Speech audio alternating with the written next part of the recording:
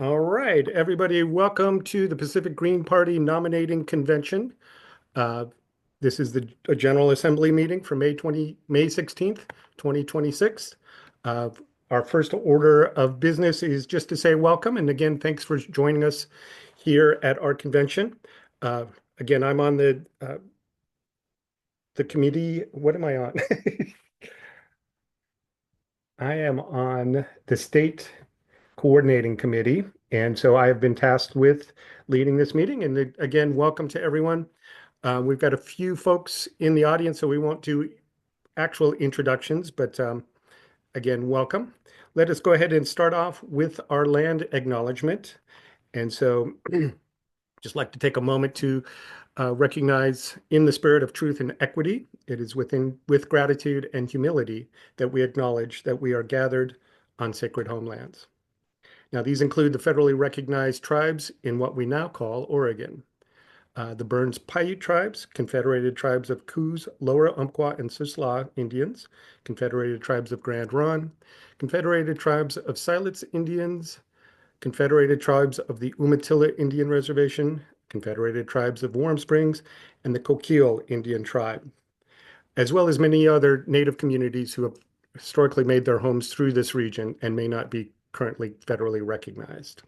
We recognize that land was taken by violence and that exploitation and injustice persists. Number one, in the system of laws and government. Number two, in the influence of big money in an antiquated electoral system and in a latent attitudes and prejudices against historically marginalized and oppressed people. We take this time to thank the ancestors, spirit, God, or simple kindness for guidance in ensuring that our thoughts and intentions during this meeting reflect mutual respect and compassion. All right, and then we want to make it a little bit more than just words. If you are interested in following up on that, here are some folks that you can support either donating, volunteering, or working with them in any other way. So Native American Youth, landback.org, watertheearth.org, uh, pircoregon.org, and PCUN as well. All right, everybody, welcome again, and let's go ahead and get things started. First order is our annual national meeting that's happening in 2026 in Chicago. It's a great opportunity to get more involved with the Green Party. Uh, I'll be taking the train there. It's a great 2-day ride out there and back. Uh, and I can open up the floor for anybody if they have any questions or comments.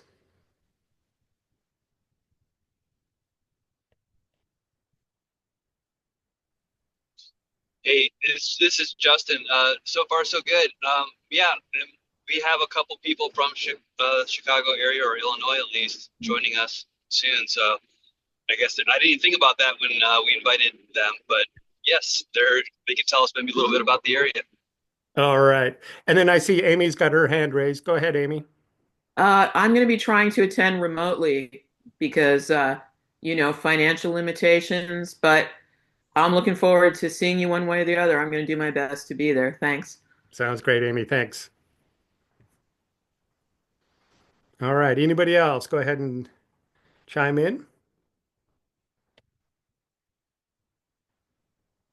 All righty. Well, I'm assuming we'll hear from the folks from Illinois as we get them, because that's going to be right here, right next. What a coincidence. So our keynote speakers are Griselda Romero and Edie Arndell.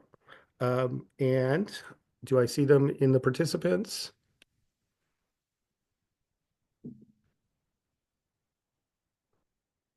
I don't see either of the participants. Perhaps they are waiting until 10 after to join us. We're a little bit I ahead of schedule.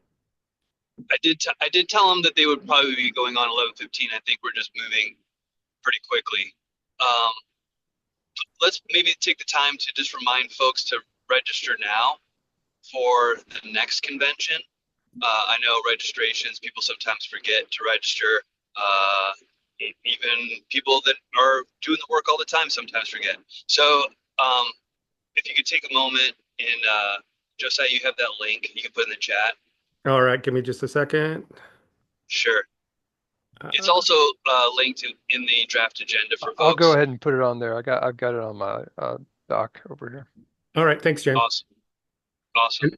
All right, So yeah, if everyone could just take a moment and make sure they're all ready to go for our next nominating convention, because there will be a second opportunity to nominate Greens to run for office. I'm just kind of filling time, but yeah, thanks, Justin. but it Yeah. but also this is a good point to make. I think many people don't understand that we actually have two nominating conventions for the offices where we're ready to go, like the ones that are up for nomination today. We're just going to go ahead and do that so that those candidates can start their campaigns uh, fully knowing that they have the backing of the Pacific Green Party. But there's an opportunity for other people to join the fray and run for several offices. We're looking for people to run for, especially state legislature right now. There's some great opportunities. So take a look at the races in your area. And if you've never thought about running before, maybe start thinking about it. Great, thanks, Justin. I see Justin Wright or Jason Wright. You have your hand raised. Go ahead. Yeah, just a quick thought on the national convention, the national meeting, is that I think we as National Green Party voters should do everything we can to get our candidates from all of the different levels, right? All there together so that we can have a huge snapshot one for the news saying, hey, you like to, discount and discredit us. Here we are, and we're huge. Two is it allows for in-person networking. And just because someone's running for an office in another state doesn't mean that we can't coordinate, can't support each other, can't say good things.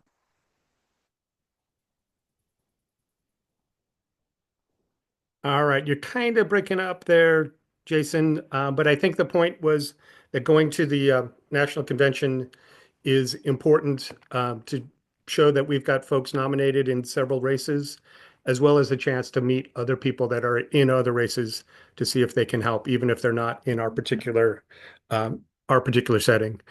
We've got the nominating convention at in the chat, and I'd just like to take a little moment to indicate how I am uh, analyzing the nominations that I'm looking to see what the primaries bring out. Particularly, we've got a state representative that obviously a Republican. I'm in Eastern Oregon, and he is he's just not a very good person. Let's just put it that way. But he has someone running in the primary who is actually fairly progressive. And so if he gets the nomination for the Republicans, I would take him on. But the other person running is not necessarily somebody that I would run against. So that's why we have that second convention, so we can see what the results of the primaries are so that we can make our choice from there.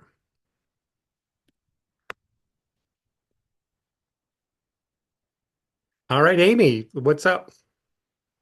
I would hope you would consider running anyway, because if you run, if you can make the time and effort, even though you're busy, it'll always help pull a candidate further to the left. Just one Green's opinion. Yeah, no, that's a great observation, Amy. And what I'm looking at is if and Greg Smith doesn't get the nomination, I would look at other places. Anything from city council to school boards to water boards. There's all kinds of ways you can get involved. And that does a couple of things. One, it gets you as an elected Green Party person, which is kind of fancy in its own right. But it also gets you into the system so that you meet people that are a part of the system and you can start working with them. Some of the things, learning all of the ethics types of things and all of that. So um, that's kind of what my purpose is, try to get the the most bang for my uh, most bang for the buck for my whatever I run for. So, I was a city councilor until I got voted out in the last run with the big conservative response.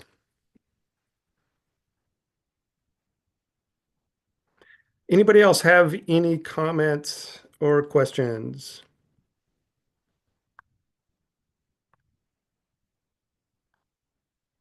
All righty. Let me check the participants. Do we have either of our keynote speakers in yet? Nope, doesn't look like it. I'm just way too efficient. I tell you what, why don't we go ahead and Justin, are you still with us? Maybe we can have you speak for just a moment. Yeah, yeah. Actually, I was just going to tag on to what we were talking about. I guess I would encourage people, even if you yourself, you're just like, I'm just not ready to take this on, but I really wish someone would run against this person in my district. Um, Let us know that too. Send us an email to like info@pacificgreens.org, and we will start recruiting in your area. If we know particularly, juicy race that we want to be a part of, um, please let us know, because it's hard to track all of it. A lot of us get wrapped up in local politics and lose sight of what's going on in other communities in Oregon. So um, please bring those to our attention, and we can start making phone calls. We can start reaching out to register greens in those areas, and maybe seeing if we can convince some people to take that on. I think we just want to be represented more on the ballot. If people see us all over the place, I think someone commented to me the other day that, and this is a relatively newer development for us, I think we're doing a better job of being visible in our communities. And they said they were drawn to us because we're actually out there doing things. And running candidates is like one of the things that we do as a political party. It's how we help build the party. It's how we attract other people to want to be members of the party, because they see principled Greens trying to run for office and change the system. So, um, participation breeds more participation, I guess is what I'm saying. So, but I'm really encouraged. We had Josiah. I wish you could have been in Portland a week ago. It was nice to meet with Amy and Greg and Teddy and other members of the state coordinating committee who live in Portland. And we had a nice informational meeting. We got some other people, young people, involved in the party. I think a lot of those folks are starting to see the potential here for building an alternative to the two major parties. We've got a lot of the infrastructure in place, and what we really need though is just an infusion of energy in people more than anything, and then we can really get more traction and get more momentum. So, but this is part of it. Running conventions like this, just organizing. This is organizing. So, thank you to everyone who's helping out today. And yeah, so Edie and, not to ramble too much, but when Edie and Griselda join us, just to give you guys a little bit of context, in Illinois, they don't have ballot access like we do. So it's a different setup. So for them to run, they have to go out and collect ballot signatures, petitions. They got to like get people to sign these petitions so that they can get on the ballot. So it's a pretty arduous process, and they made it really difficult in Illinois. So it's something we always have to safeguard against. We always got to keep an eye on the state legislature to make sure that they don't disenfranchise minor parties, and that they keep, I don't know, at least I should say keep the playing field level, because it's not. But at least they're not, to not skew it even more in favor of the two major parties. And with that, that's a great segue. We've got Edie, I just noticed, came into the meeting. So yeah, great. Well, I'll let you pass it off to Edie. She can tell us about what they're doing out there. Thanks. Yeah, go ahead, Edie. Welcome to Oregon.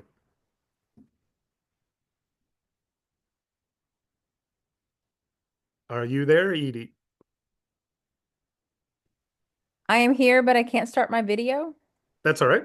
reason. Okay. Okay. Oh, So, let me see if I can fix that. Yeah. but I'm okay to just sit here with my name. All right.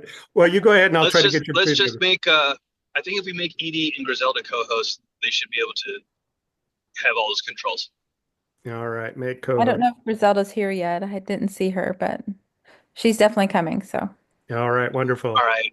In all fairness to them, I did say probably like closer to 11:20. We're just the program's just moving fast. Hi, Edie. hi. So, thanks for having me here. And yes, the ballot access in Illinois is completely unfair, but as we know, they don't play fair. So, I am running for lieutenant governor alongside my now good friend, Miss Griselda Romero, running for governor. And one thing I like about running is I get to talk to the community so much. And online does not represent how your community actually feels. I know it seems like it does. It's not reality. It's the most extreme voices are, elevated, but most people are ready for change and they are excited to sign. A lot of them don't even care what party I'm with. They're like, yes, something different, let me sign. Um, so I did get kind of rained out today. I was supposed to go to the farmer's market, but I just went in the sprinkles and just enjoyed the farmer's market instead because you can't turn in soggy papers. Um, we are required to get 20,000 more signatures minimum as the major two parties need to, the duopoly, the Democrats and Republicans. Here it is a Democrat controlled state, and they make it very hard. That is something I would like to change. Um, they also took our 90-day window and moved it back to February 25th instead of March 25th. So we lost June with all the like Pride Parade and all the stuff that goes on in June, which are perfect opportunities to get signatures. But I've had a lot of good luck here. I'm in Southern Illinois in Jackson County. Last time we ran a governor candidate, they happened to be from here, the town that I live in Carbondale, and Green's got 25% of the vote. However, that's because he was on the ballot. So, so that's me. I don't know if you have questions.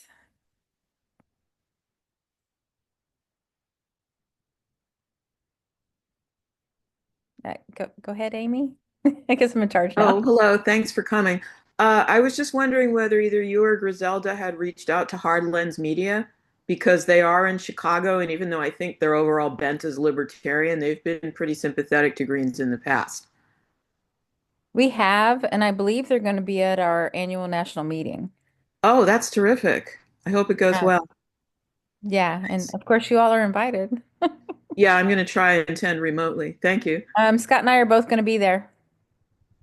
So, um, Jason, did you have a question? Uh, yeah, kind of a statement a little more. I'm not sure if my audio is going to come through because of the storm, but I can kind of hear you. Go ahead. I've done campaign management in California, where also ballot access is pretty much guaranteed nope for anyone who's not one of the two major pollers. Um, if you'd like, I'd be willing to like help troubleshoot and figure out how to get more people out there gathering signatures for you. I appreciate that. We are down to 1 week, so Oh, we have February, it was February 25th to May 25th. So we don't have much longer, but yeah, I would be interested in your opinion for next time because there's always going to be a next time. So, what I was, do you know Justin? He can connect you with me. yeah, yeah, Justin and I have emails back and forth. Um, Okay. yeah, if you plan for a future run, we could definitely set it up ahead of time to give you a best possible outcome. Thank you. Really appreciate that. hey, real quick, I'm driving, but this is Justin. I'm on my way to Portland right now. But hey, for those that don't know, why don't you give the Green Livestream a plug for you and Scott?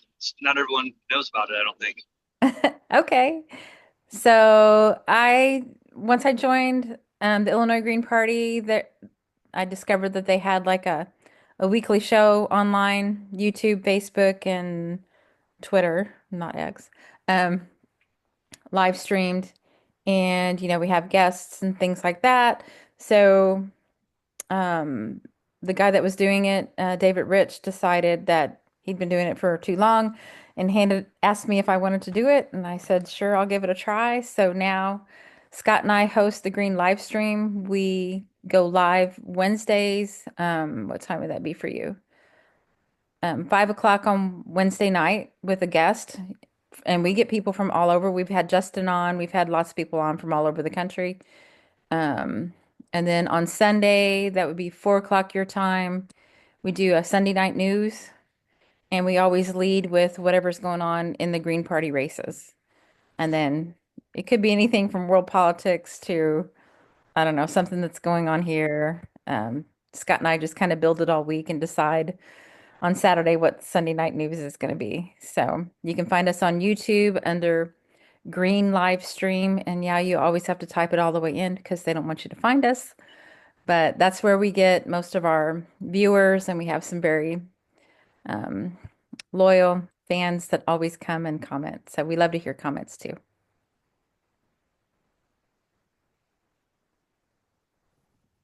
Well, wonderful. Thanks so much, Edie. I still don't see Griselda here.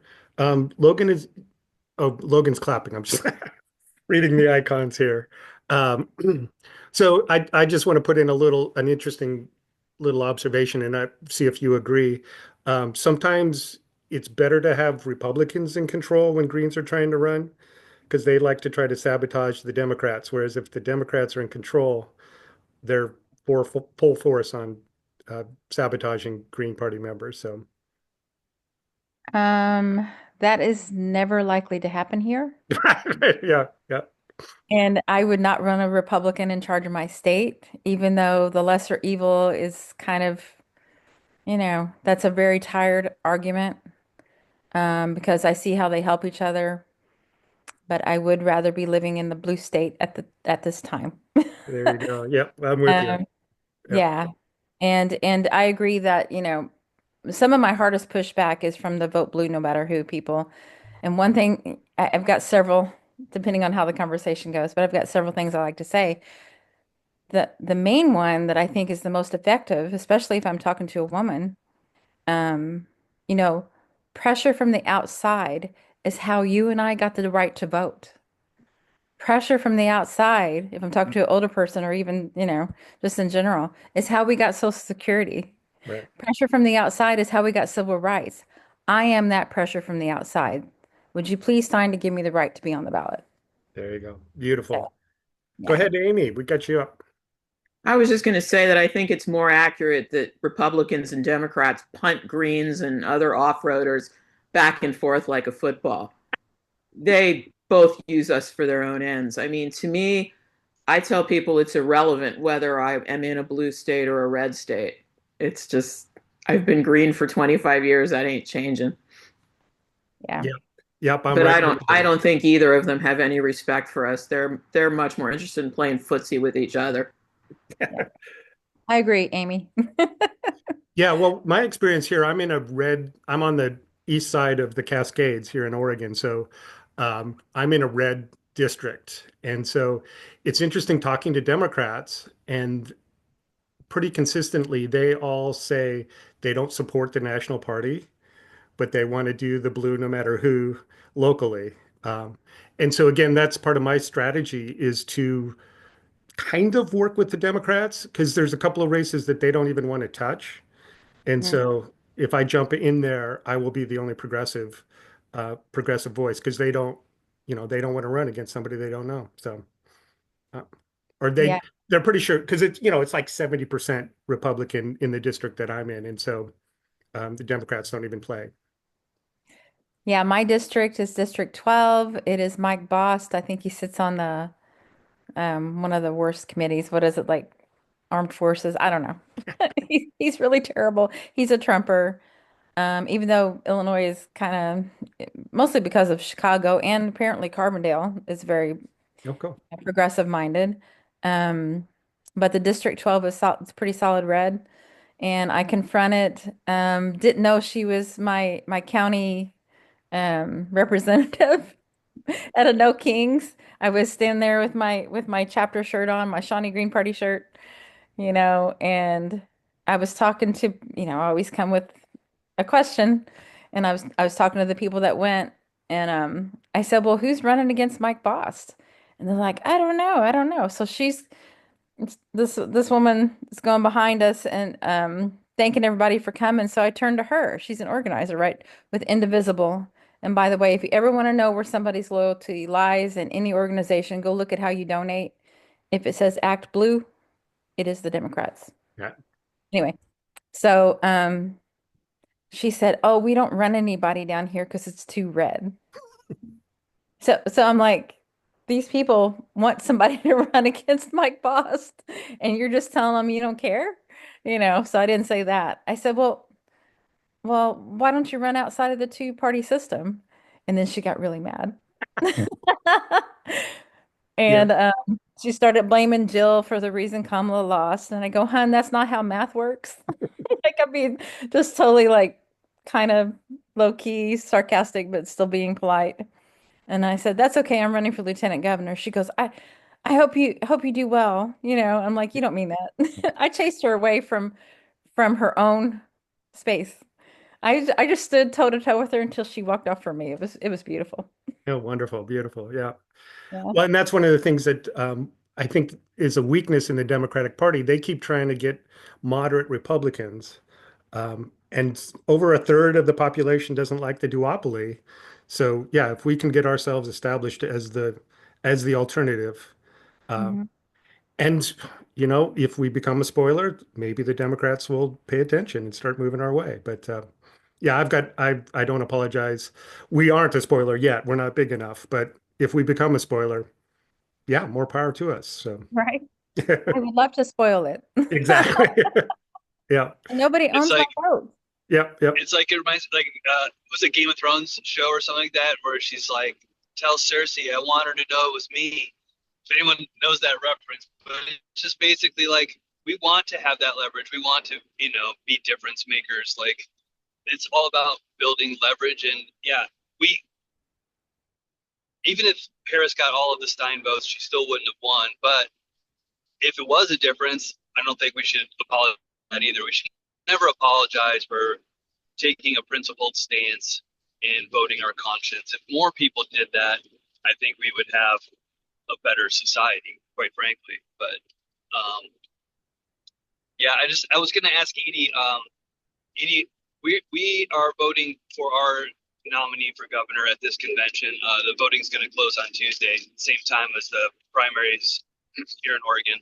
But Griselda's running for governor. You're running for lieutenant governor. I'm just wondering, since we have gubernatorial candidates here today, what, why run for that office, and what do you want to see, or what are you trying to be? What qualities are you trying to bring to that position? What kind of a candidate do you think is a good green gubernatorial candidate? Well, thank you for that question. And that's what I get asked a few times from people that kind of look down their nose at me. I got asked what my qualifications are. My answer was I'm a working class person, and we need working class values in our government because what we have is not working for us. Like the professional politicians, and I also say that I don't want to be a professional politician. I want to be a public servant. So that is the main thing that's driving me. Plus my co-chair, Scott Free.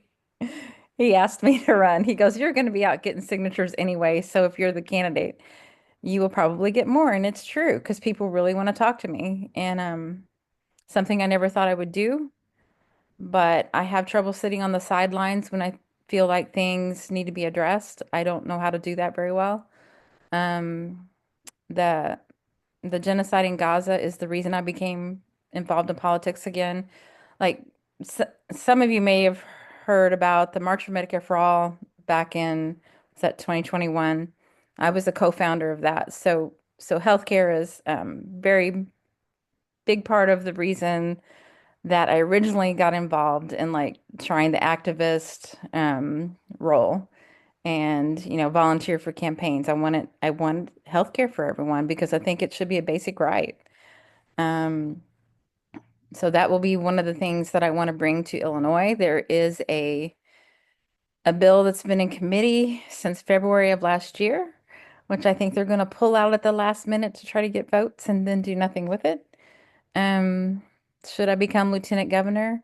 I'm going to be all about it all day, every day until it's done. So I think Amy's got a question though. Yeah, I just noticed Justin getting bothered by someone yesterday on Twitter who was going through that whole hamster wheel logic of, oh, well, you won't be able to do anything unless we change this and change that and change ballot access and blah, blah, blah. And people do this all the time, I notice, to wear you down in an argument. And they never want to face the fact that Democrats are hostile to proportional representation. They're hostile to better ballot access, like, say, giving people a blasted paid holiday off on election day if they do have to physically go to the polls. They don't want any of that. Mm-mm. They don't really care. So I'm wondering if when you get that sort of pretzel logic or hamster wheel logic from somebody who's using it as an excuse to discount your campaign, how do you respond? Thanks. Um, well, one thing that it just occurred to me while I've been doing these, hundreds of conversations in a week. I probably I probably talked to like 5,000 people since I've been doing this. Um, I say, well, the problem is money in politics, right? So you want money out of politics? And I'm like, do you know how to do that? Vote for people that don't take it. Done. And then when those people get elected, they will fix it for you, for all of us. Um, and I had this guy, I got invited to a men's coffee club meeting at the co-op because I was out in front of the co-op for, going on 3 months, like 4 or 5 times a week because they're friendly to me. They have like a social justice part of, their existence, their charter. So they were very welcoming. I could stand right at the door as long as I was polite. And the one guy that invited me to come said he won't sign because he goes, I agree with everything that you want to do, but I don't agree with your tactics. And I'm like, what do you mean? And he said, well, you don't take any big money. And I'm like, yeah, right. He's like, well, you're never going to win. I'm like, I don't want to win that way. I said, because as soon as you take a dollar from them, that's who you owe. I said, I'm never going to do that.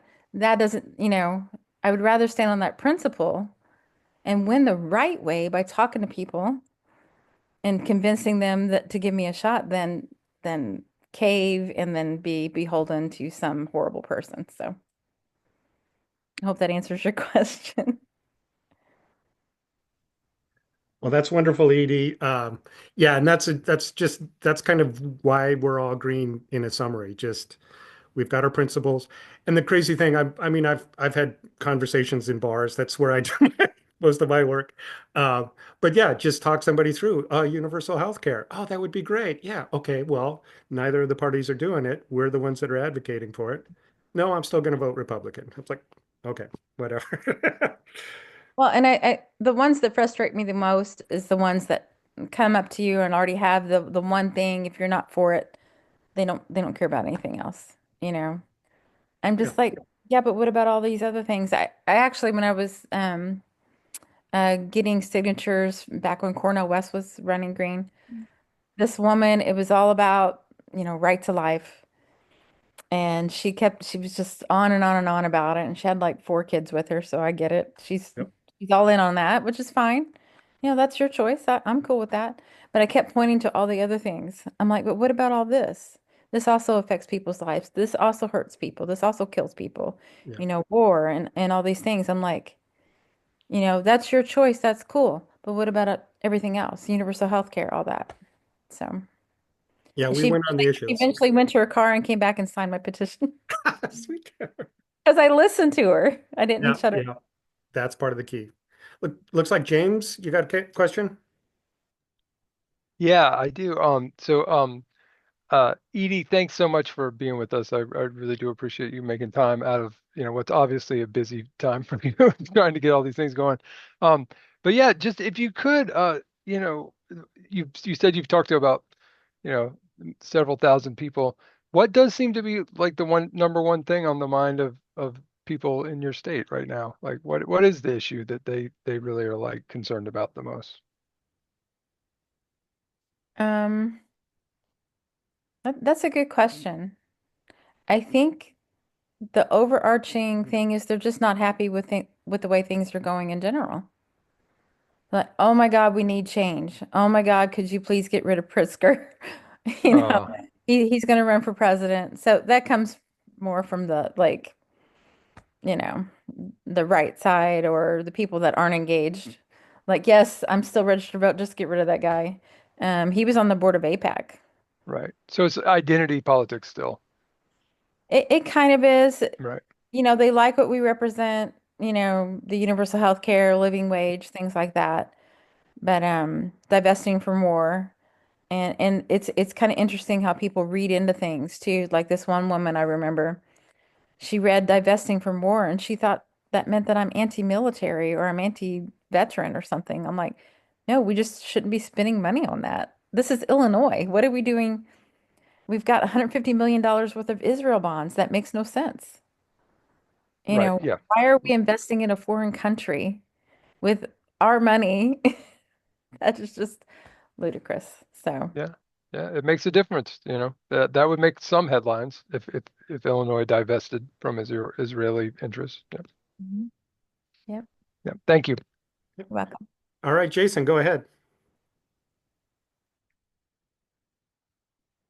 Yeah, it's more of a comment. I've kind of come up with this nice little way of putting it when describing to friends and family over the years when they ask, well, what is the Green Party? What are you about? I put it in the nutshell of every time the Democrats need the votes to win, they start using our talking points. They come to our campaigns and steal our platforms and pretend that it's their ideas and their values so that they can get voted in, but they never follow through with it because they've never meant it anyway. Anyway. Uh, we, on the other hand, are committed to these certain values and this way of being. And so that kind of helps to, especially for folks anywhere left of center, it helps to really showcase them that the ideas you want, the things that you think you're voting for when you vote for the Dems, you vote for the Dems and don't get these things because you're voting for the wrong people. hmm hmm One thing I also say is I did a little video about this is I'm done waiting for them to do their job. I'm done asking for permission to have the tools I need to survive in this world. So now it's time for me to come for their job, you know. So Beautiful, Edie. I've got Robinson Ford. Yeah, hi Edie, and thanks again, as everyone else has said, for taking some time out of your Saturday to spend some time with us West Coasters. I'm a little bit curious on coalition building, reaching out to groups, just what luck or even lack of luck has the Illinois Green Party had? Who have you been able to work with? Who have you not been able to work with? Just can you enlighten us there? we continually reach out. It has not bore any fruit yet, but we are working with the spinoff from Workers Strike Back, the Solidarity Now folks, and trying to make those connections. I've been working, Scott and I have both been working with Zeke Smith. He is supporting an independent candidate that was kind of steamrolled by the Democratic Party. Somebody was stepping down and already had the replacement ready and did that switch before anybody could get their, you know, their primary stuff in there, so they couldn't run. So Zeke is supporting Byron Lopez. I think it's for a district up by Chicago. But he joined the Illinois Green Party, but he's also a member of DSA and a member of PSL, and they routinely, go to their meetings and stuff, and he promotes us there. There's been some meetings up in Chicago that are still ongoing, so we're working on it. Down here, I am connected to the local DSA. I consider them my friends and my comrades for sure. They aren't interested in electoral politics. I haven't quite convinced them that that is the path to like making things change. But I also work with other groups like I, I'm I'm involved with like the homelessness people here, like not the homeless themselves, which I have met and I've helped them a few times, but the people that help them and trying to find more solutions. That is something I would like to, you know, be of assistance on in my city. They tried to make camping illegal, which is a direct hit at our homeless population. But they just can't find a way to put them inside. So I'm like punishment first and then figure it out later. Okay, so all these people survived the winter. They didn't freeze to death, and that's the reward. So yeah, I've been to city council a few times and spoken on that, and they don't really like how blunt I am. So, which makes me happy. No, that's probably a good sign. Okay, yeah, it's a I think it's a tough landscape across the U.S. for building groups, building coalitions. So just curious if you had any Mhm. silver bullets over in Illinois or not. Still working on it. Okay, okay, we are too. We are too.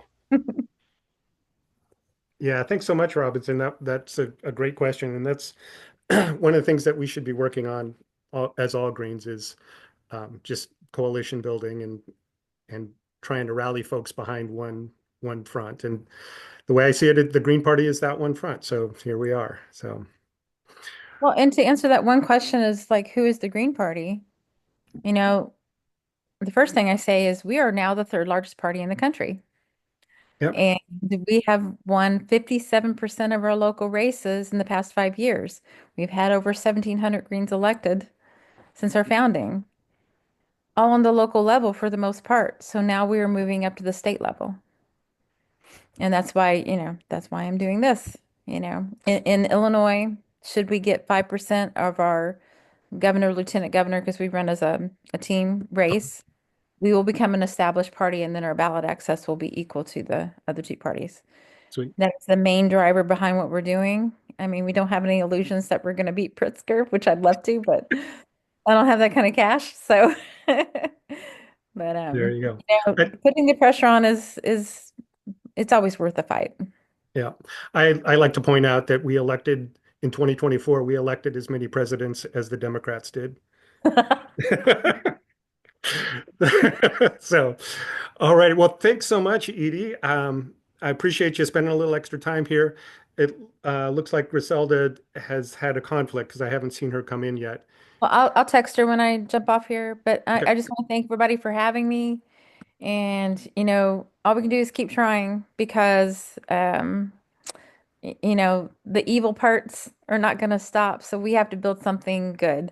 In my world, there's only two paths. You're either on the path of fear or the path of love. I am on the path of love. Love, love, love. Beautiful. Thank you, Edie. Thank you. Yeah, and so yeah, let Griselda know that if she logs on, we'll make room for her whenever she can Okay, make it. Yep. great. All Wish you all right. luck. Bye-bye. Bye-bye. All righty, let's get back into our agenda for today. Let me just go ahead and bring up.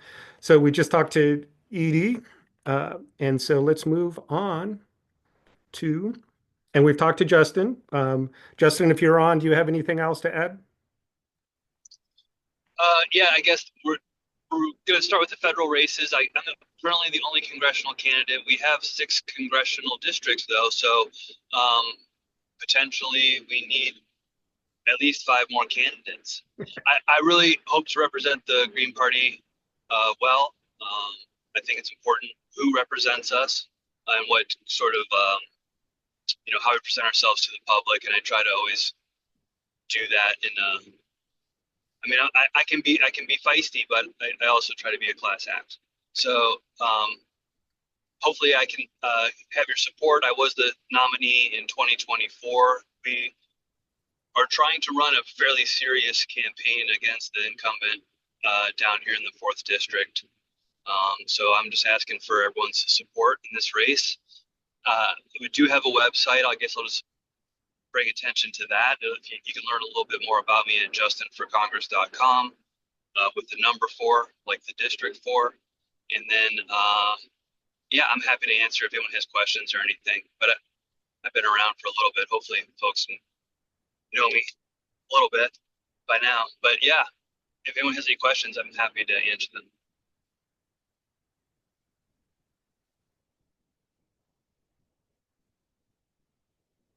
All right, I'm not seeing any questions. Last call. All right, more time for the governor, folks. There we go. Yeah, let's go ahead and do that. Let's move on to the race for governor, where we've got a great slate of candidates to go here. So in no particular order, we've got the 4 folks, Don, Brett, Christine, and Jason. Don, go ahead if you want to give us about 5 minutes or so. Hi, my name is Dawn Regier. I'm the Oregon Progressive Party candidate for governor this November. The Greens and the Oregon Progressive Party candidates share a lot of similarities. Healthcare for all Oregon. I too believe. Oh, sorry. I too believe healthcare is a human right. And I want to have a state public bank as well. We spend $1 billion a year on the Wall Street banks, which could be put to work in our communities. Another thing that is important to me is rehabilitation for everyone in jail, like they have in Finland. Every 80% of their criminals are rehabilitated, and we could do the same here. All our nonviolent crime could be helped by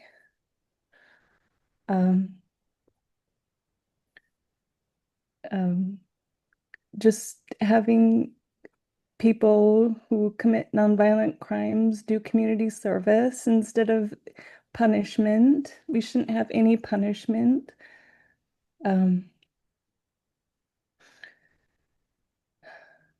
Schools are another important issue for me. We should not have our schools test for, we should not have our kids test for, make them have,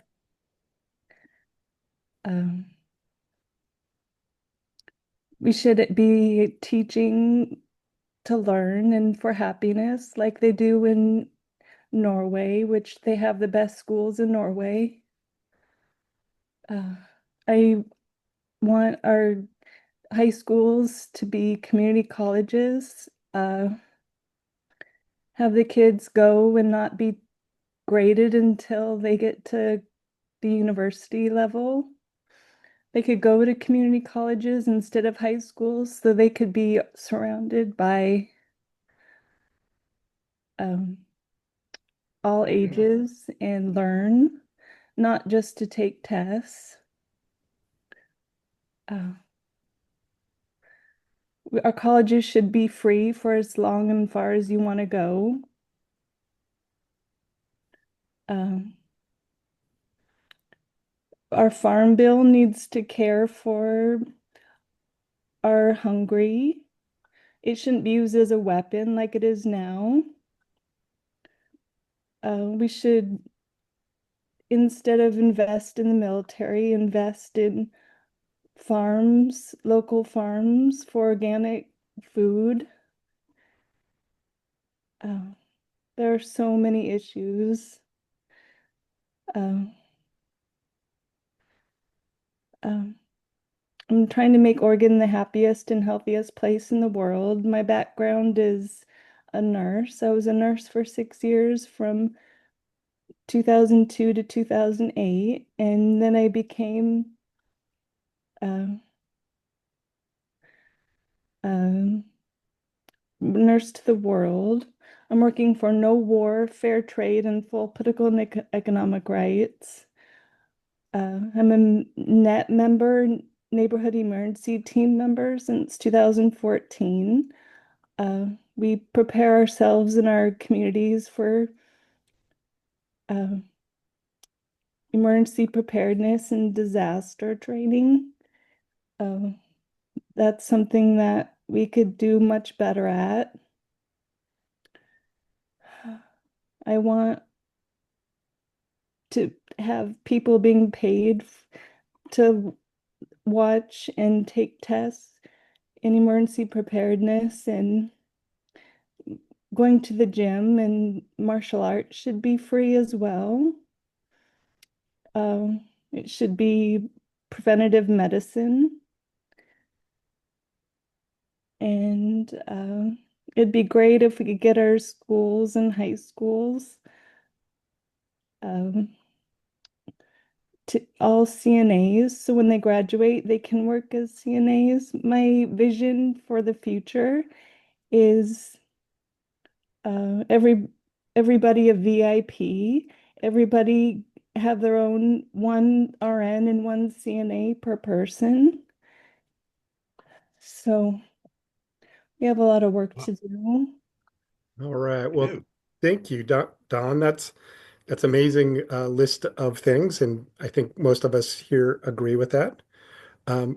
Does anybody have any questions for Don?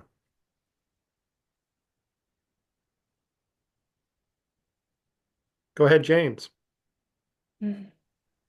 Hi, Don. Thank you so much for taking time to talk to us today. This is just probably a technical thing, but I noticed that you are running under the Progressive Party as well, or is this I'm trying to get cross-nominated for the Green Party. I'm running on the Oregon Progressive Party ticket, but I would love to get cross-nominated. okay? And I Great. didn't Yeah. talk, I didn't even talk about guaranteed basic income. I have this idea to have a lottery where every ticket's a winner and you get $1,200 a month. I I have to figure this out with my lawyer, but uh, I really like this idea. Wonderful, wonderful. Does anybody else have questions for Don? All right. Well, thank you so much for taking time, Don. We really appreciate it. And so I'm going to move on. Brett Smith is our next candidate. Brett, are you here and able to talk? I see you're here. There you are. Go ahead, Brett. It's all yours. Yeah, my name is Brett Smith. I'm seeking the Green Party nomination for the governor race here in Oregon, because I think if anybody has a chance to win, it's going to be the Greens, especially in a blue state. Uh, I ran for Congress in the 5th District in 2024 as an independent. I came straight from a lumber mill and decided that I had to do something, change something. I had one of the most successful campaigns against a Republican and a Democrat in the history of the state. I was not intending to run for governor. There was an excellent candidate seeking your guys' nomination. His name's Matt Rao. He had great policies. One of the things that I liked a lot, he had a Ports for Peace, is something that I want to try to implement, which is if there's an unsanctioned war by Congress and they're trying to pass weapons through Oregon ports, that's a hard no. Things like that. And the Green Party has really impressed me with their anti-war stance. I can't. I was when I first got involved with you guys and talking to people, going around the state and meeting people for the first time in the Green Party, and this is what really brought me over was how active everybody was and how just vocal they were about their positions. And the anti-war thing really caught me. I'm worried about our future. I'm worried that if we continue down the path that we're going and we don't have a viable candidate to run against the Democrat or the Republican, we'll miss an opportunity to capture how angry people are with the establishment. Um, I think it's a now or never situation. I've spent the last year and a half coalition building. I've got inroads with the Libertarians. I've got inroads with the Independents, the We the People Party. I'm actively pushing their candidates. I think we need to be working together instead of against each other. There's a good young man, Joe Lehman, running in the 5th district. He's one of the reasons why I decided to not run in the first place. I've been advocating for young people to run. Here's a young man trying to do something and change his future for the better. And so I opted out. And unfortunately, like I said, I think Matt Rao had the best shot. I got kind of picked as his campaign manager because my success in my own campaign, and he had some personal things come up, and he has to take care of his kids, which is that's what you got to do. I completely understand why he had to do what he had to do. But he's still in my corner. You know, we're talking about policies and what we need to do and how to move forward. Um, and again, I'm going to keep harping on coalition building, uh, and helping other third parties and non-affiliates tackle smaller positions. If, we're worried about money, how much money is going to cost to run like a gubernatorial campaign. If we can spread that money through smaller races, get a bunch of people and have the Democrats decide if they're going to, try to defend the water board or try to defend, one major position, like people getting on the water board. So I'm excited to see that we're going to have another nomination later this year. I'm going to spend a lot of time trying to get people to run for these smaller positions, these local positions. That's why I think the governor's race is so important, because there's no presidential campaign. So these are going to be the races that get attention. These are the ones that the media is going to be looking at. These are the ones that people are going to see from the outside. And I think if we start visibly showing a coalition between other parties and non-affiliates, it's going to get attention. People talk about reaching across the aisle, and I'm not a fan of waiting until you're elected. I don't see why we can't do that now. The number one thing that needs to be addressed, even though all these important or issues are important, is corruption. And you can't address the corruption with two corrupt business entities that have been controlled for over 250 years. The idea is ludicrous. Like, that's not ever going to happen. On the plus side, we don't have to convince people of our positions. People are ready for a change. People are waiting for a change. They're waiting for somebody to step up and make a change. And if we can show people that there is a real effort being put forth, there's real leadership being built that's going to change the path that we're on, that's going to stand up for the people in this state, no matter who's in charge, a Republican, Democrat, where that's just irrelevant. We worry about things like gerrymandering. That issue's a non-issue when you vote third party. We worry about things that only concern Democrats and Republicans. And we can just simply move away from that by voting third party. If people want to know if our mail-in elections work, vote third party. If the third party candidate wins, you know that the mail-in ballots are working, because nobody's going to do that intentionally, to try to prove a point. A lot of the arguments that people are making for like against third parties are irrelevant right now. People are scared. People are hungry. We can't afford anything. There's no pleasure in anything. You can't go to the movies and enjoy yourself. You can't, get on your computer or play a game or anything. It's just so inundated with ads and everything that's terrible about this country. And it's just go back to work until you die. And the whole idea right now of the ruling class is to what? Replace us with robots and AI? And we're just supposed to just vote that in and just be okay with it? A lot of people ask, like, how will you change anything? How will you get anything through, like a House and a Senate that's, controlled by Republicans, Democrats, or whatever?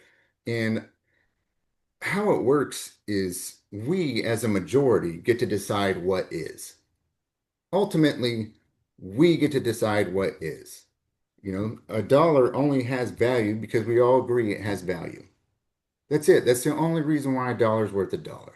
If the majority of us say, hey, we're not going to pay that tax, then we're not going to pay that tax. We're not going to do that. And the only way that that kind of change happens is through parties. And I think that the Green Party can lead that, especially here in Oregon. And I think Oregon can be a catalyst for the rest of the country. It just takes one to fall. And then if people can see that it's possible, then all these arguments that we've been having become irrelevant. They become a thing of the past. And the Green Party is poised for that position. And especially right now with our current administration, that's one of the fear that the left has. Like, we can't have a Republican in office because they're going to team up with the current administration. But what's happening to this state is from the Democrats. Like, this state is falling apart at the seams, and it's the Democrats who have done it. So we can't keep allowing that to happen. The best thing I have going for me is, or if not even me, anybody who gets the gubernatorial nomination, is that there's not a lot of explaining that needs to be done. You don't have to really convince anybody to join with us. You just have to convince them that you're competent enough to lead, that there's somebody doing that. So that's why I'm throwing my hat in the ring. That's why I'm going with the Green Party. Uh, I've been convinced to become a member through the Greens' actions. They're, it's again, it's just really impressed me. I've worked with a lot of other parties, and I've always been non-affiliated until I became an independent. And that was just because when somebody is new into politics and they're not left or right, they kind of just like, "Oh, I guess I'm an independent." But analyzing all these third parties and seeing where my priorities lie, and it's directly this. Our society needs to protect the most vulnerable. That's children, that's the elderly, and that's the infirmed.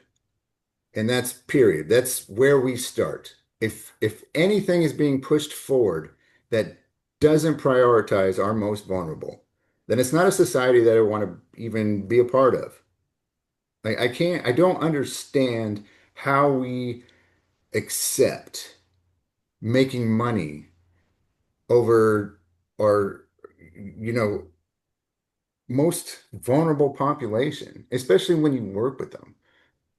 And I have an ability to talk to people. I've been, poor my whole life. I've been the working class.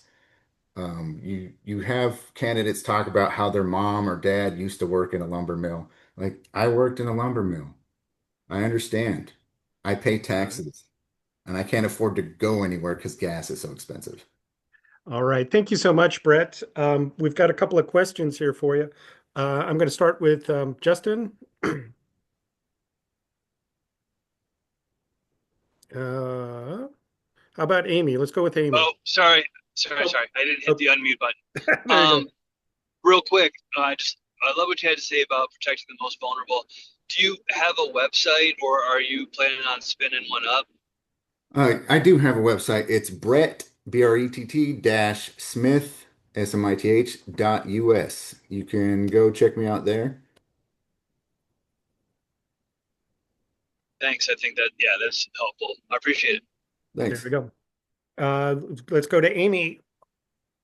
Oh, hey, since you first, oh, thanks for coming. Since you talked so thoughtfully about coming at politics from a working class perspective, when you're out talking to people, especially other working people or other poor people, how do you get past the whole temporarily embarrassed millionaire thing, which some people struggle so hard and they still spend so much time and energy caping for rich people because somehow against all available evidence they're convinced they're gonna hit it big, and Yeah. when they do they want every bit of it. So how do you get past that when you talk to people? Thanks.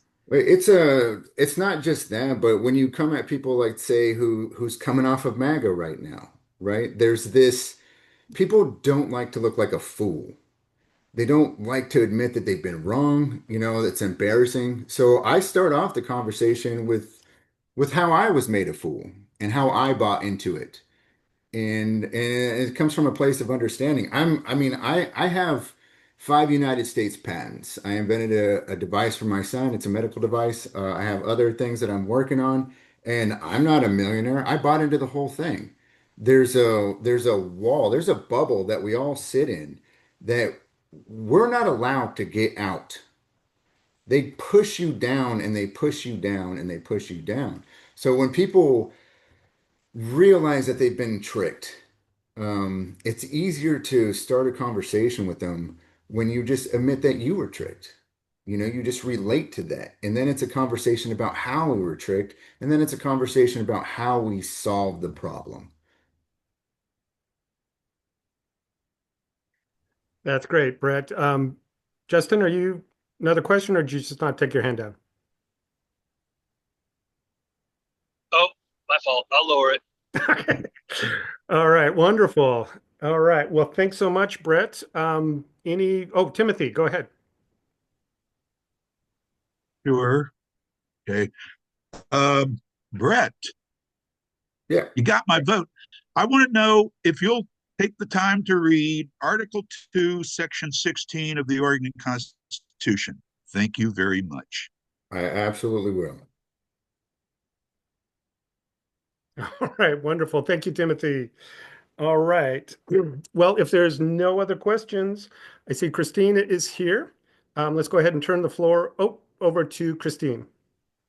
Christine, talk. Hi, can everyone hear me? Yes, okay. We can hear you. Okay, Yes. great. Hi, I'm Christine Taha. The C is silent, like in Yahats. I'm going to tell you a little bit about myself. I'm a lifelong native of Oregon. I've loved this state, my whole life. And so I just want to let you know a little bit about my motivations for running. My last professional position was driving a taxi for Radio Cab in Portland for 12 years, where I served, every walk of life, including unhoused, children with special needs, and terminal oncology patients.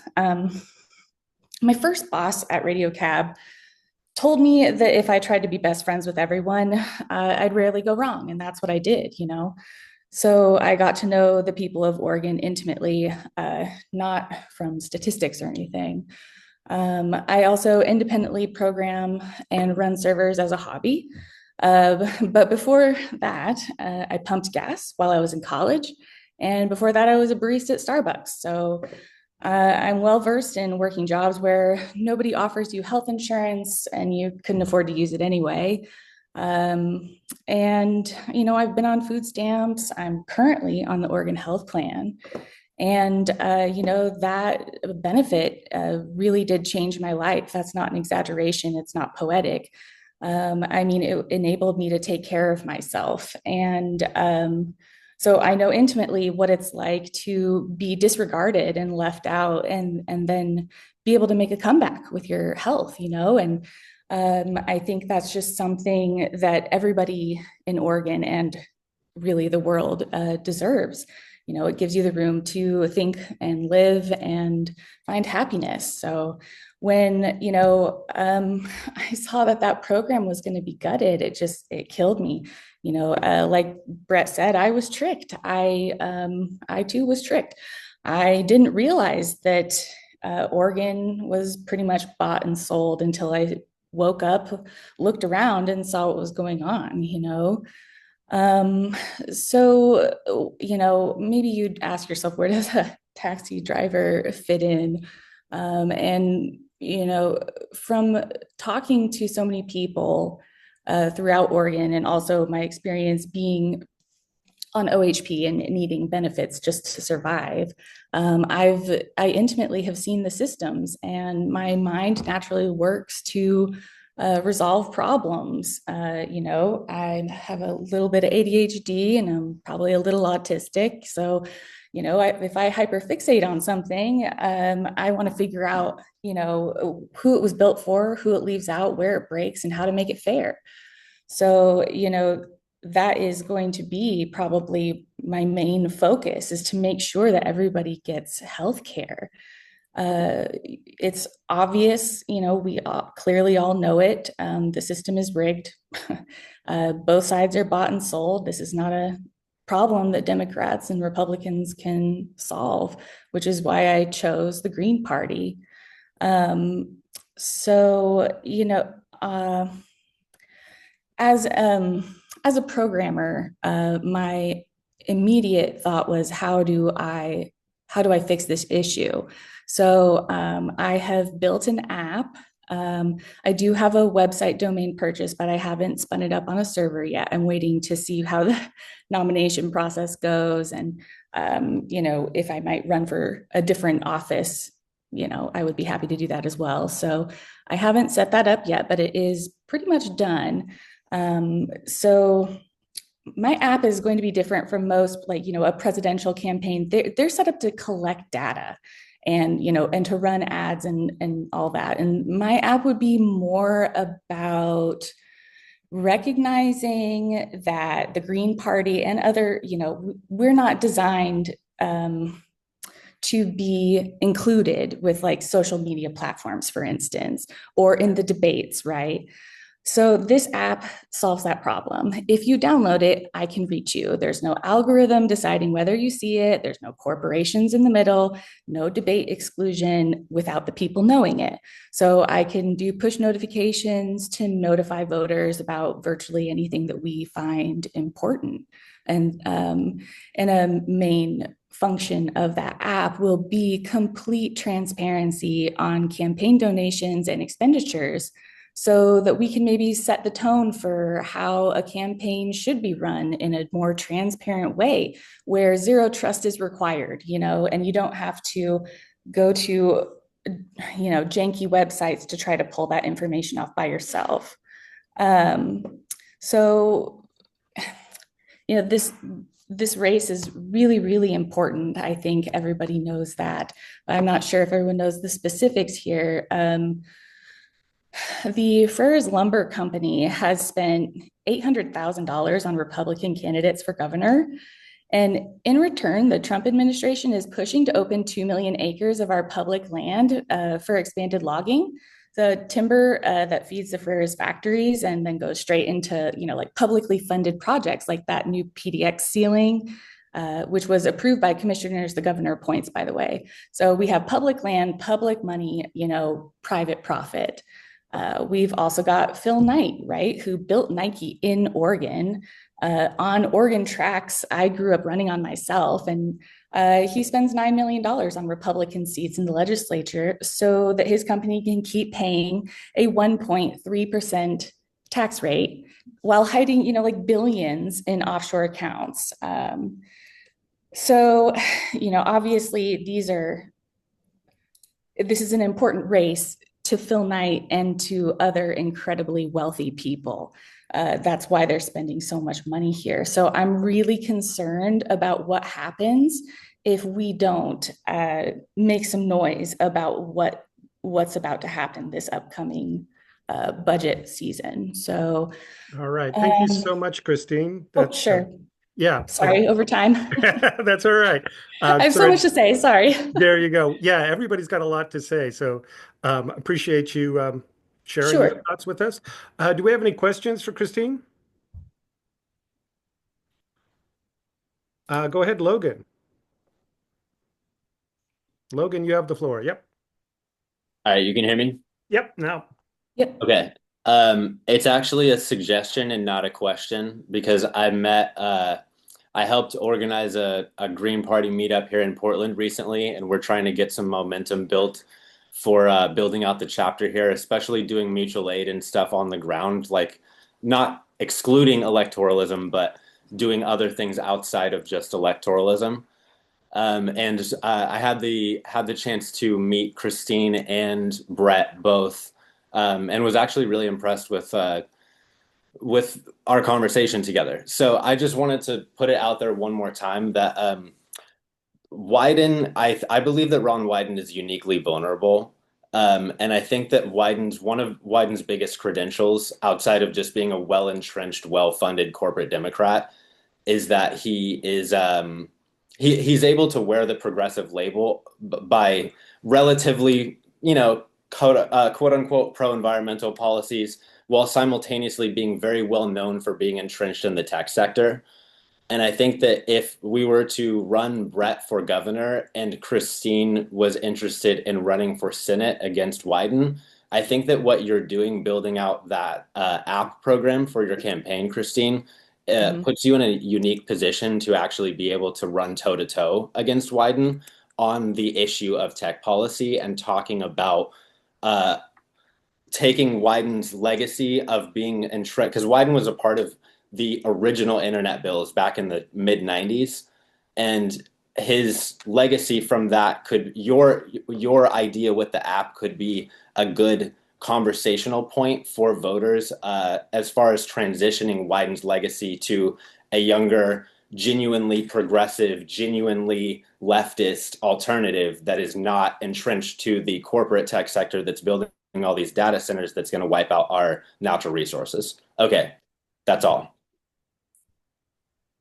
Wonderful. Thank you, Logan. Christine, any comment? Oh, I love that idea. I'm totally open to that. Beautiful. All right, let's move on. Amy, how are you? Oh, yeah. It was great to meet you recently at the gathering that Logan mentioned. Since we were kind of talking about it when we were chatting, I'll ask you, and this could be something for any candidate to ponder really. How do you deal with the whole identity politics thing? Because my feeling is it's real, but Democrats and Republicans both exploit it. So Democrats tell you, oh, you didn't vote for Kamala Harris because you hate black people and you hate women. It's like, but I voted for black leftists. I voted for women leftists. What I don't like is Kamala Harris. The fact that her skin is dark and she's a woman doesn't really have anything to do with that. So I'm wondering how you deal with that, because in a city like Portland, it's bound to come up. Thanks. That's a really good question. Obviously, it's a tough one. I think my strategy would probably be to try to bring it back to an issue that we can all agree on. I would really like to try to avoid divisive subjects because it's my belief that we really need to unite and move as one. Um, you know, and I think that calling on our better manners and saying I think everybody's tired of that. I think we're all tired of straw man fallacies, attacking the person, not the argument and the policy, and truly I want the best for everyone. And that's everyone literally in the entire world. So, uh, to claim that I would be discriminating is sort of silly. But I would definitely try to bring it back to something that would unify us and leave it on a positive note. Wonderful. Thank you, Christine. Just a little side note, I figured out how to allow everybody to turn on their video. So if you want to do that, you can. Let's move on to Timothy.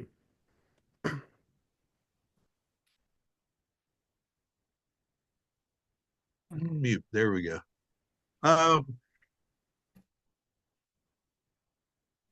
that was such a funny statement. I'm sorry, but uh, um, my question is, could you tell us a little bit about HCAO?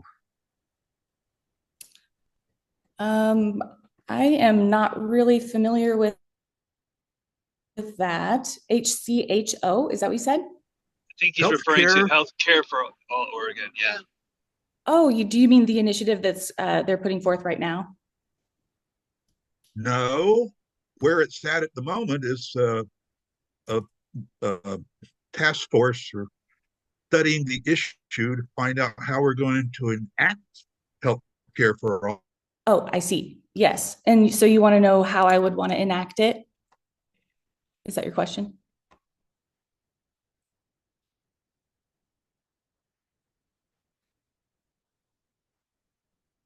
Hello?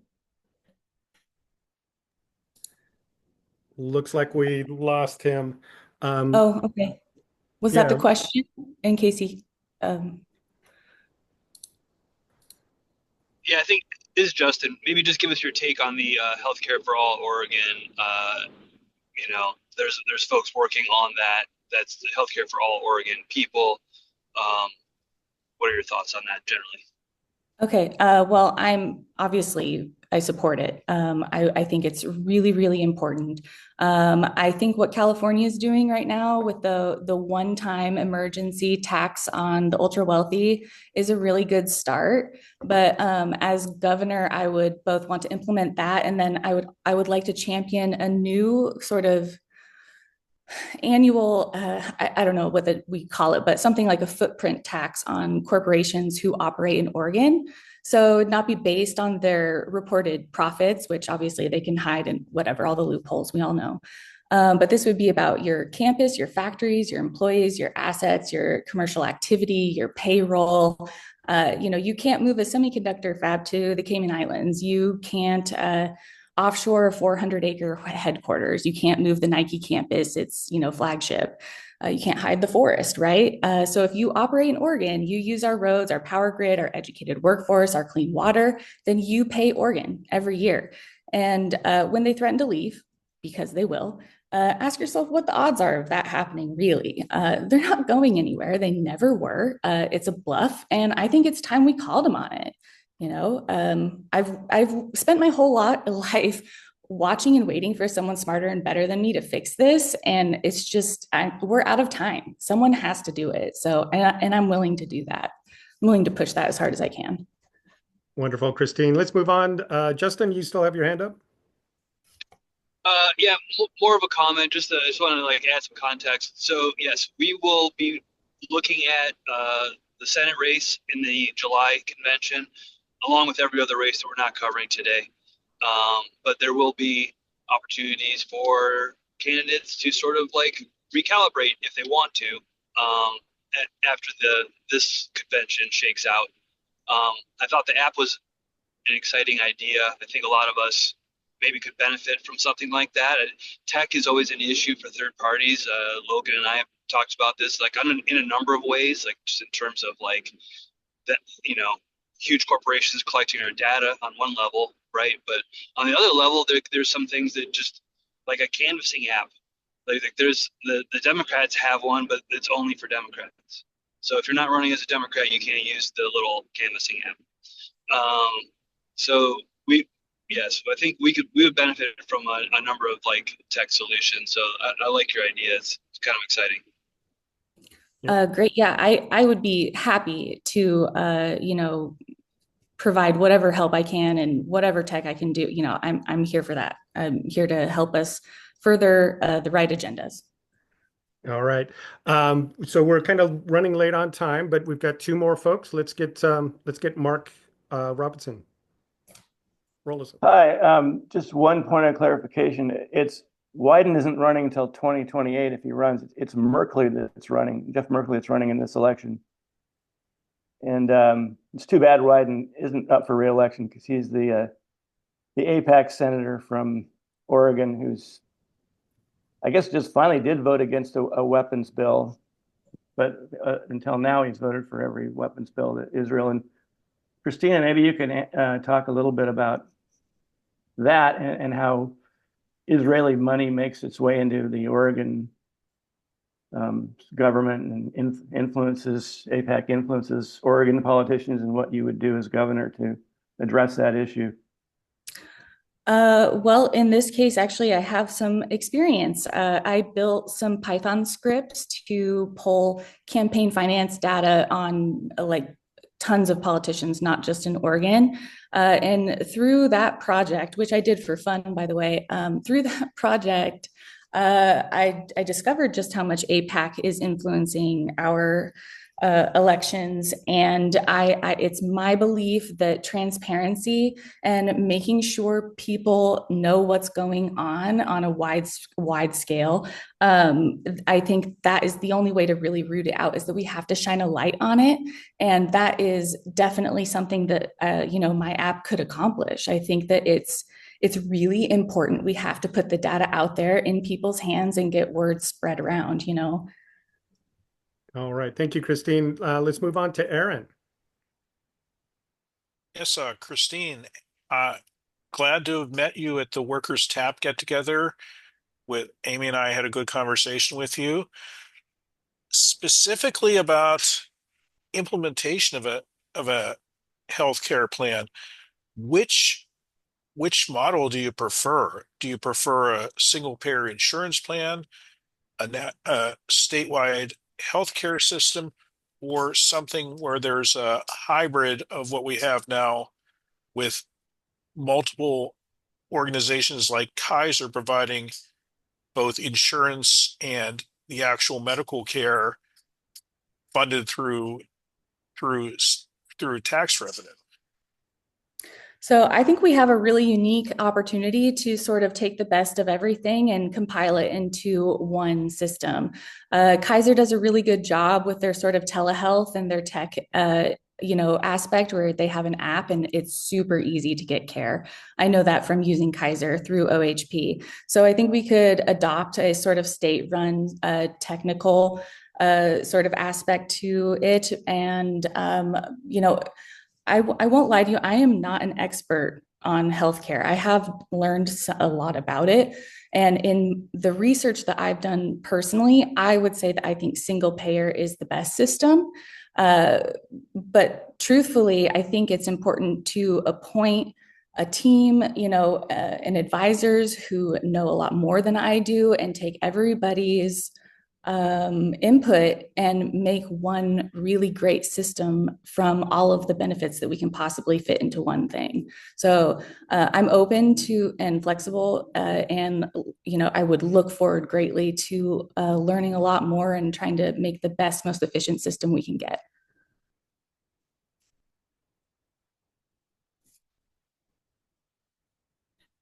Thank you so much, Christine. Lot of great topics there. We're running a little late again, but we've got plenty of time for Jason, our final governor candidate. Jason, are you with us? Yeah, thanks. There you go. Can you hear me all? Yep. Okay, so I've been a lifelong green. When I was 18, right when I turned 18 and I got my first, register to vote paperwork, all of that with the draft card, I decided green. I haven't looked back. This is because the Green Party and the values of our party, those are the values that I've carried internally my whole life. And that's not because that's what I was raised to be. The people who raised me are very, very hardcore right wing. I chose green because that matches me. I believe that we can turn Oregon around. We have a strong set of local economies. We can have a responsive, modern government. We could all be safer. We can have better prepared communities, especially when it comes to things like wildfires, flash floods, landslides. I want to make it clear that I am not a virtue signaler.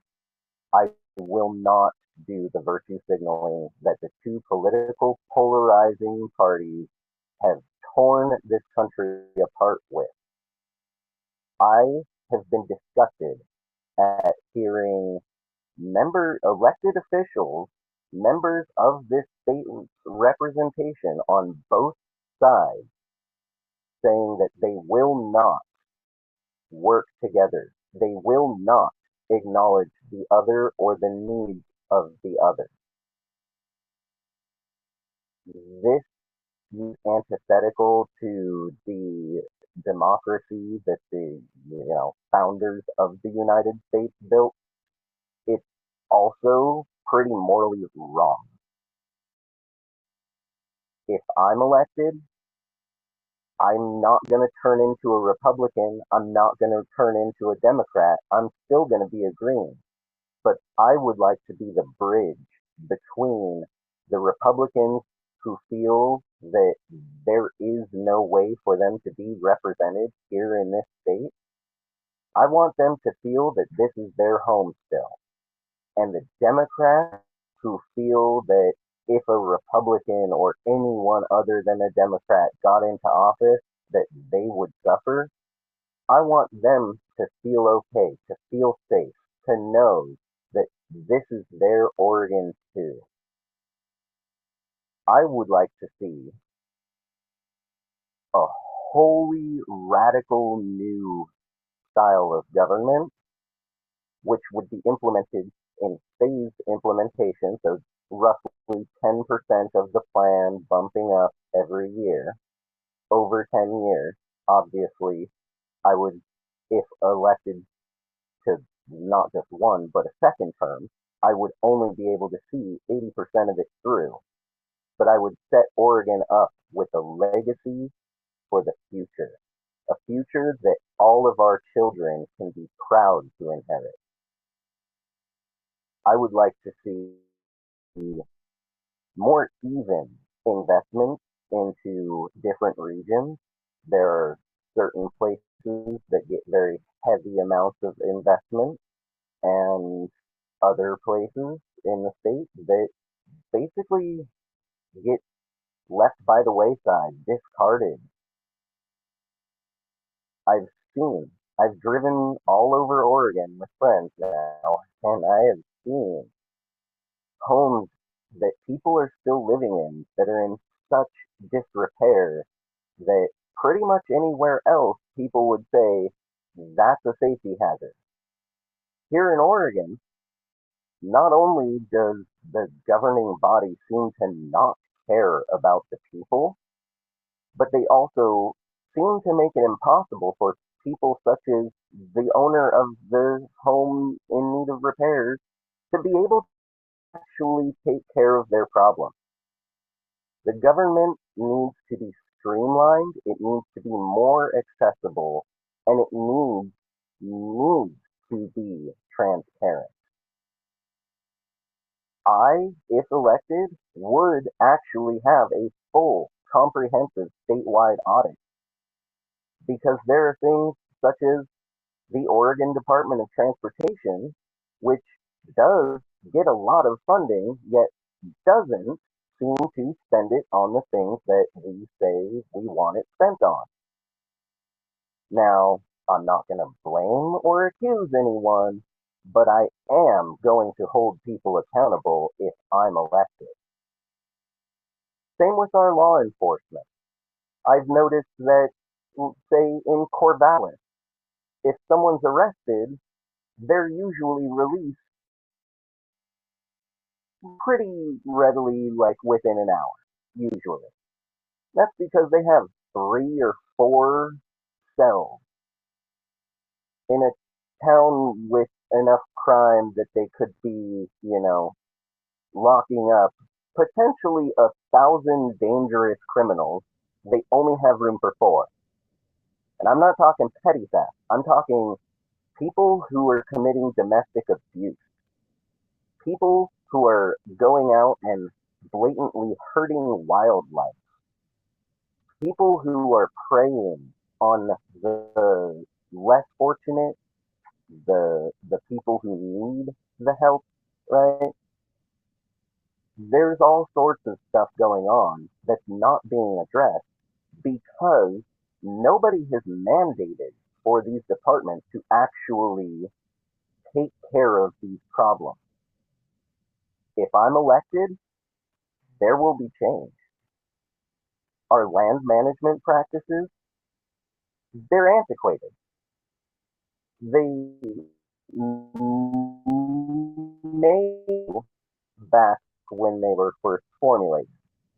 They do not reflect our society now, not in my opinion, and not from what I've seen. Okay, well, I've also, thank you, Jason. I apologize, we're kind of running short on time. I've got a question from Amy. Go ahead.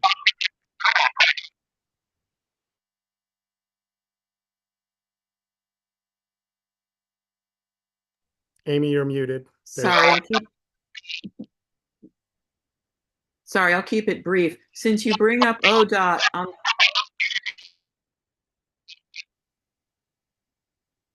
since you bring up ODOT,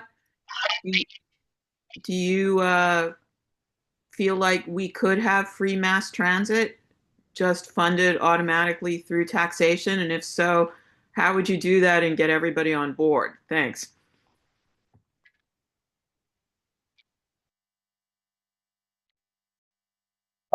yes, I have noticed since I've been up here that the Lynn Benton transit system actually works really well. The only complaint I ever had with it was that there weren't more buses running further. Because I tell you what, I would have taken the bus from Corvallis to, say, Lincoln City every weekend if that was a possibility. Oregon's beautiful. Sit on a bus and look at all of the wildlife and watch, you know, that's kind of a no-brainer for someone like me. Of course I'll take that. And then end up, out at the ocean? Huh, thank you. So yes, I would love to see an expansion of our public transit. Wonderful. Thank you, Jason. That's a great idea. Does anybody else have questions for Jason?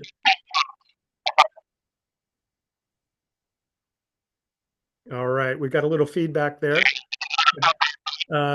Yeah, Jason, if you could mute, please. I think we're getting feedback. There you go. Thank you. All right, that's our candidates for governor. A great slate that we have offered there. Again, we're running a little short on time, but not too bad now. Let's move on to candidates for Oregon legislature. I've got Timothy Dene, House District 11. I hope I didn't slaughter that too bad for you. Are you with us, Timothy? Go ahead and unmute. There you are. You're talking to Tim here. There we go. All right. Hey. You can't see it behind me, but I have a map of District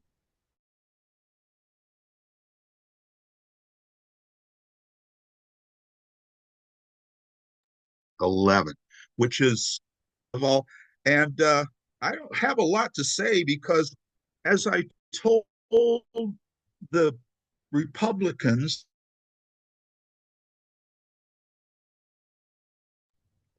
Timothy, we've got you breaking up here. You at might want their to turn off your picnic, camera.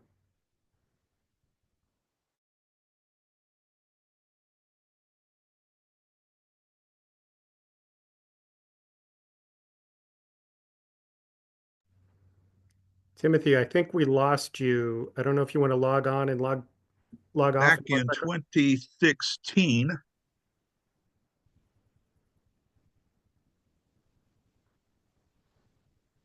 Yeah, I'm showing your internet connection's not very good. And so you're breaking up real bad.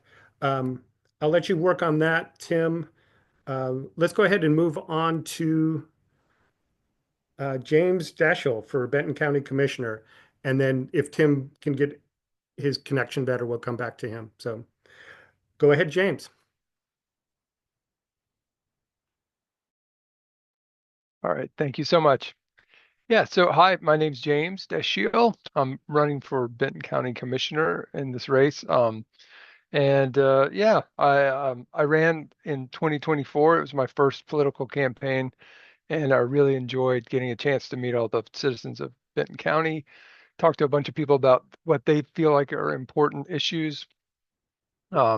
This time around, I think it's sort of an interesting race. We've got an incumbent and we've got a Democrat who is running against him in the primary, whom a lot of people are really hoping will win. Um, so if Pat Malone, who's the incumbent, is able to be defeated in this primary, I think people in Benton County will be pretty much full force ahead on this guy John Wilson, because he's he's a Democrat. He stands a good chance of winning, and he was on the Benton County Planning Commission and was against the landfill expansion here, which is a huge issue. Regardless, kind of hoping that's the course of action, so it's a better outcome. But either way, I'll be out there, espousing Green Party values, which is, sustained environmental stewardship, not just, when it's convenient, but through regular dialogue with people.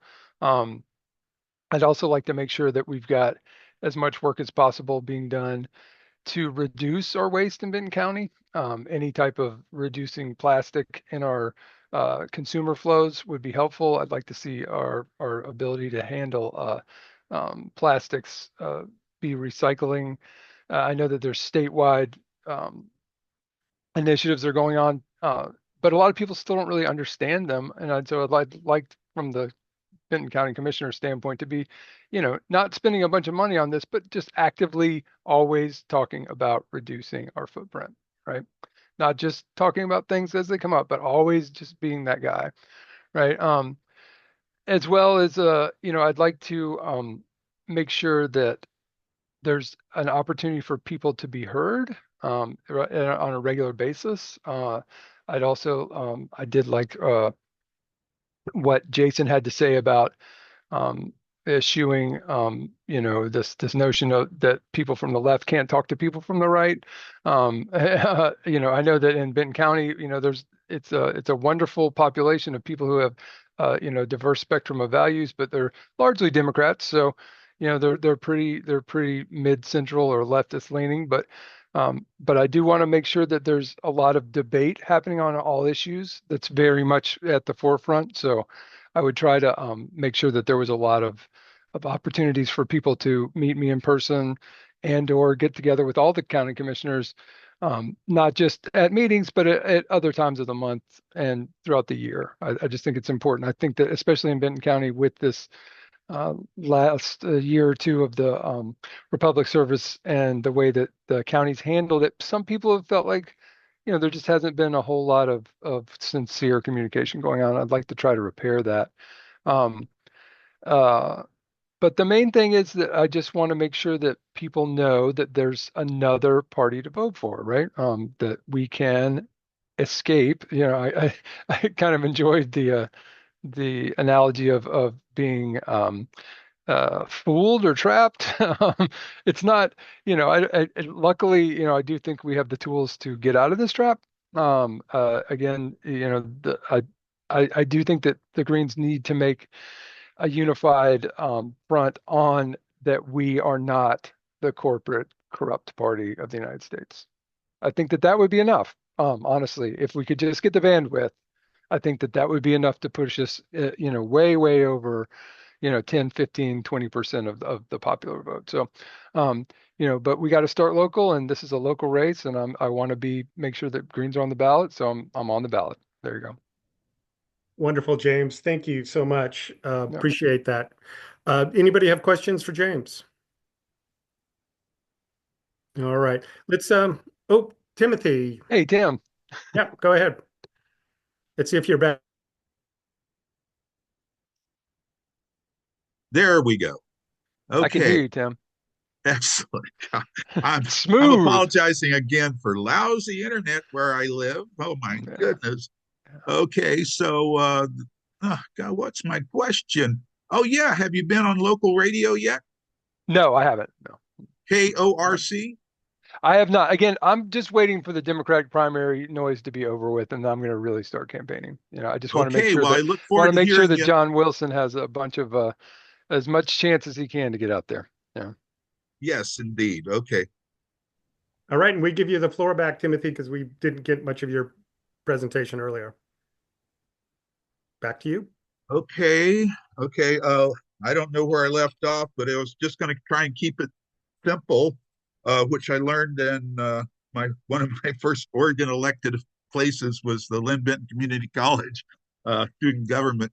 Our motto was KISS, keep it simple, stupid.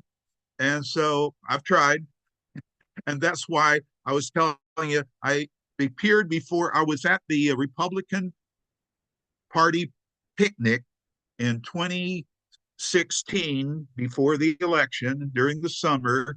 So it was hot, and we were meeting at a wonderful park in Benton County. And I was eating the lousy food, which I paid for, and I was getting stung by hornets. And all of a sudden, I hear my name. Tim, would you like to speak? I had not even planned to do that.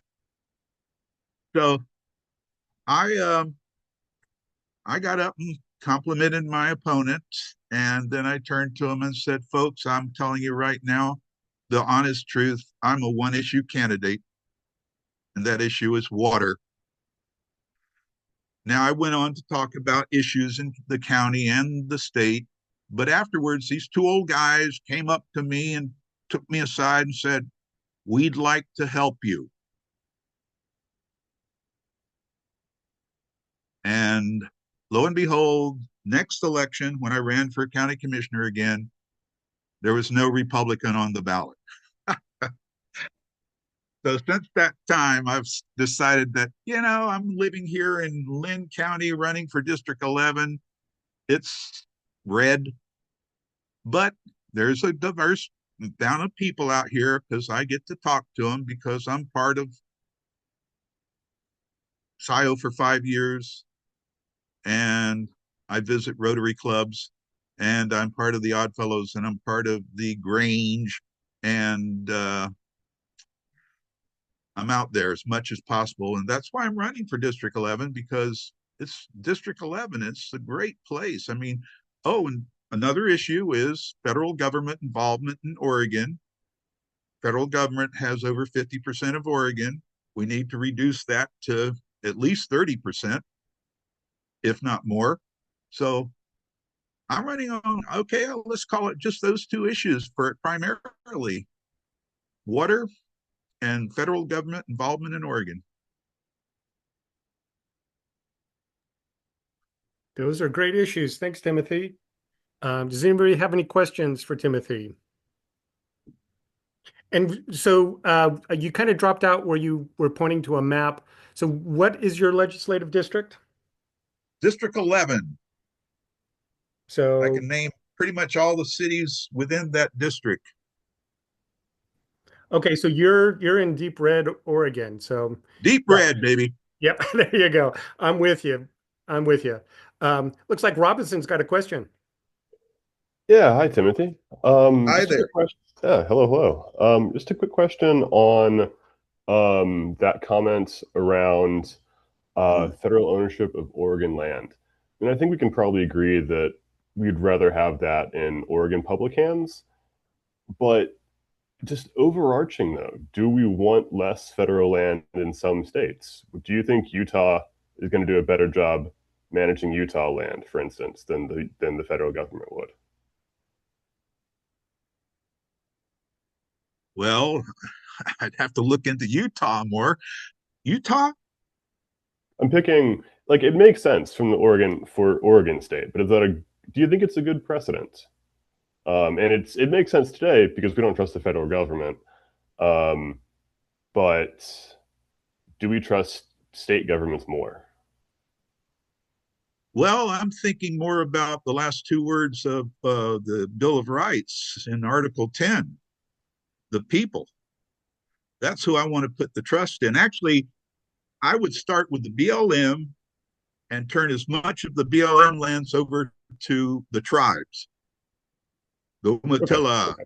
and all like that. I'd start there. Okay.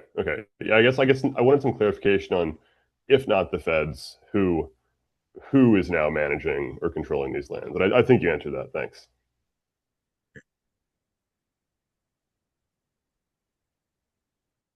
All right. Are there any other questions for Timothy? All right. Well, we have put ourselves directly on time, so whatever we did, that worked out nicely. So Being short. let's take a look here. All right. So back on our PowerPoint presentation, let's move forward here. Come on. All right. So yeah, that brings the end of all of our candidates. Thanks everybody for taking the time to be here with us. And so just a couple of little reminders as we kind of wrap things up, that if you are running, you need to fill out SEL 110 and email it to us here at the secretary at pacificgreens.org, so that we can have you on our list. And then anybody voting for these candidates, you must submit before 8 p.m. on Tuesday, May 19th, kind of like the real election. And then, but we will have a second nominating convention. Heard a couple of other people say that they may do some strategic changes here as things go along. Go ahead, Jason, go ahead. Yeah, just a quick question. Since I'm both a candidate voting member,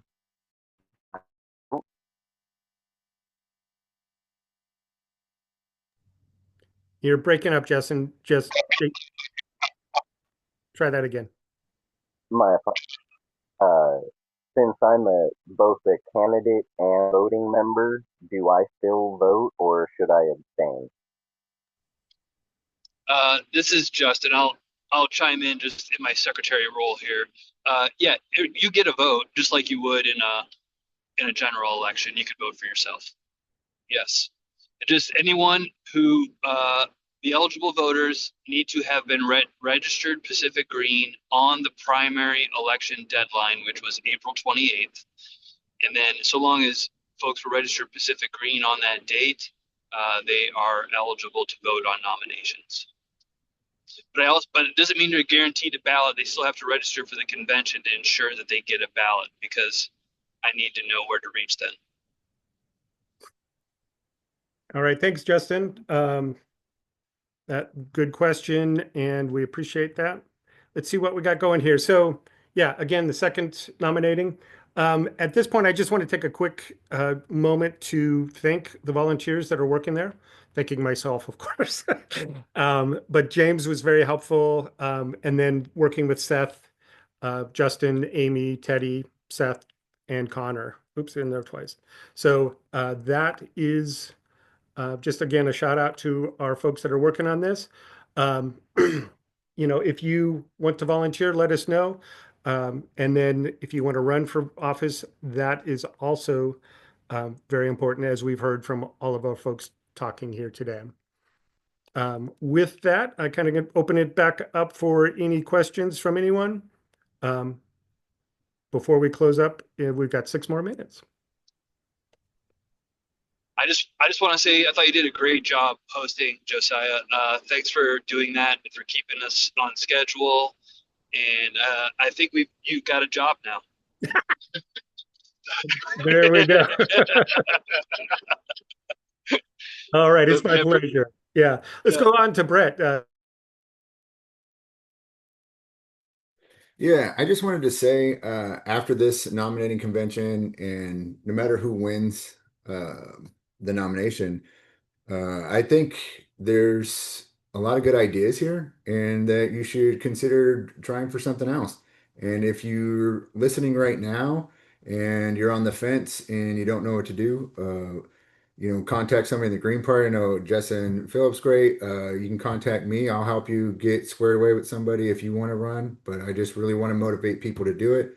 I hope if whoever wins this nomination, uh, if you don't, there's a lot of space to move to the side and maybe run for something else. Finding candidates is really hard to do. All right, thanks so much, Brett. Let's move on to Amy. Hey, thanks everyone for pulling this together. Sorry, it looks like Tonya didn't make it and we didn't get to meet Griselda. But other than that, I just wanted to ask, since I've been talking so much and I see some names I'm maybe not familiar with, if we have a couple of minutes left, does anybody want to step forward, say where they're from, why they're here, offer any general thoughts? Thanks. All right, before we do that, General, let's go to Timothy. He's got his hand up.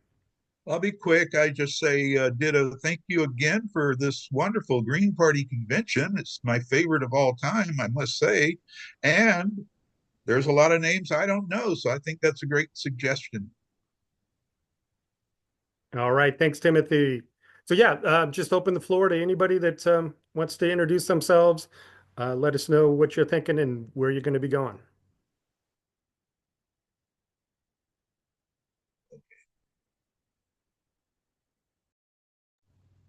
Crickets.